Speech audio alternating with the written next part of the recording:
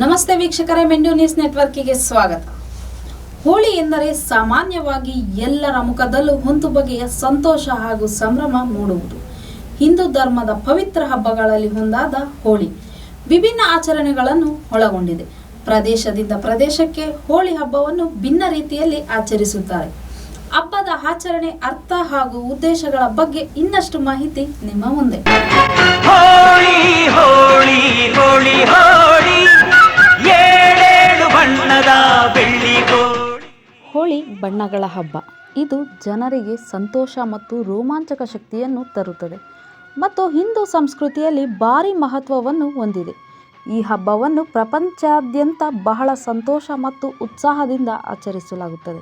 ಕಾಮನ ಬಿಲ್ಲಿಂದ ಬಣ್ಣಗಳ ಕದಿಯೋಣ, ಮೋಡದ ಕಡಲಿಂದ ಪನ್ನೀರ ಕಡೆಯೋಣ. ಹೋಳಿಯು ಮಾರ್ಚ್ 24ರಂದು ಹೋಲಿಕಾ ದಹನದೊಂದಿಗೆ ಪ್ರಾರಂಭವಾಗುತ್ತದೆ. ಹೋಳಿಯ ಮುನ್ನಾ ದಿನದಿಂದ ದೀಪೋತ್ಸವ ಮತ್ತು ದುಷ್ಟಶಕ್ತಿಗಳನ್ನು ಸುಟ್ಟು ಹಾಕುವುದನ್ನು ತೋರಿಸುತ್ತದೆ.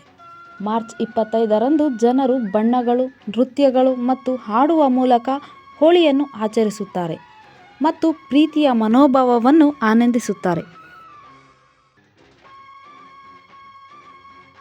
ಹೋಳಿಯು ಮೂಲೆ ಮೂಲೆಯಲ್ಲಿದೆ ಮತ್ತು ನಾವು ಮಾರ್ಚ್ 25ಅನ್ನು ಹೋಳಿ ದಿನವೆಂದು ಆಚರಿಸುತ್ತೇವೆ.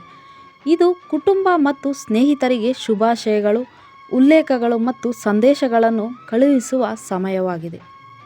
ಹೋಳಿಯು ರೋಮಾಂಚಕ ಮತ್ತು ಸಂತೋಷದ ಹಿಂದೂ ಹಬ್ಬವಾಗಿದ್ದು, ಇದನ್ನು ಮುಖ್ಯವಾಗಿ ನೇಪಾಳ ಮತ್ತು ಭಾರತದಲ್ಲಿ ಆಚರಿಸಲಾಗುತ್ತದೆ.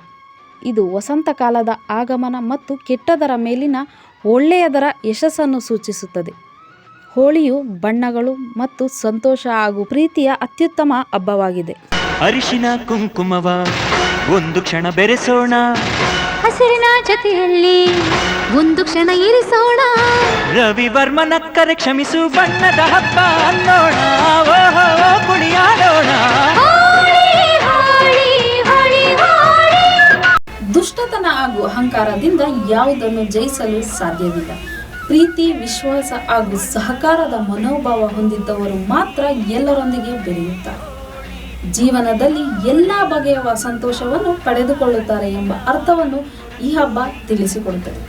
ಜೊತೆಗೆ ದೈವಶಕ್ತಿಯ ಮುಂದೆ ದುಷ್ಟಶಕ್ತಿಯ ಆಟ ಎಂದಿಗೂ ನಡೆಯುವುದಿಲ್ಲ ಎಂಬುದನ್ನು ಎಲ್ಲರೂ ಅರಿಯಬೇಕು. ನೋಡಿದ್ರಲ್ಲ ವೀಕ್ಷಕರೇ, ಹೋಳಿ ಹಬ್ಬದ ಮಾಹಿತಿಯನ್ನು. ಇದಾಗಿತ್ತು ಈ ಕ್ಷಣದ ವಿಶೇಷ ಹೋಳಿ ಸಂಭ್ರಮ. ನಿರಂತರ ಸುದ್ದಿಗಾಗಿ ನೋಡ್ತಾ ಇರಿ ಮೆಂಡು ನ್ಯೂಸ್ ನೆಟ್ವರ್ಕ್. ನಾನು ದಿವ್ಯಾ. ಮೆಂಡು ನ್ಯೂಸ್ ನೆಟ್ವರ್ಕ್, ಸತ್ಯದ ಕನ್ನಡಿ.